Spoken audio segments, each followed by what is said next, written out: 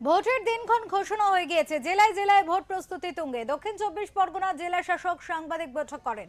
তিনি জানান, এবার দক্ষিণ চব্বিশ পরগনায় মহিলা পরিচালিত বুথের সংখ্যা 2323টি। আসন্ন ভোটের জন্য মোট 59,000 জনকে ট্রেনিং দেওয়া হবে। পিডব্লিউডি পরিচালিত পোলিং স্টেশন 20টি আর মডেল পুলিশ স্টেশন 31টি।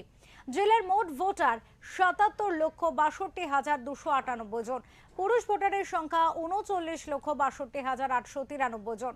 মহিলা ভোটারের সংখ্যা 37,99,128 জন। তৃতীয় জেন্ডার ভোটার 277 জন। আপনারা জানেন 31 বিধানসভা আছে টোটাল। আমরা এই পুরো ইলেকশন করানোর জন্য CU BU and the VVPAT যে রিকোয়ারমেন্ট থাকে ওটা আমাদের কাছে সাফিসিয়েন্ট নম্বরে আছে।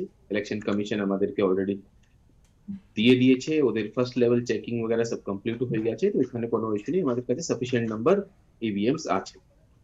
রিগার্ডিং দা मतलब পোলিং স্টেশনস আমাদের 8874 টোটাল পোলিং স্টেশন আছে এখানে আমাদের জেলার ক্ষেত্রে, जो कि 31 বিধানসভার মধ্যে স্প্রেড আছে।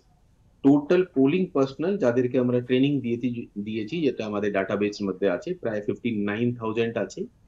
তারপরে আমাদের ফিমেল পোলিং পার্সোনাল আমরা যেটা প্ল্যান করছি এবার 2323 লাস্ট টাইম 1500 সামথিং ছিল, এবার আমরা এটাকে বাড়িয়েছি। তো যে ফিমেল মানে পুরো booth man by the female, মানে পুরো বুথই ওদের দ্বারা ম্যান থাকবে, এটা আমরা এবার ও করেছি।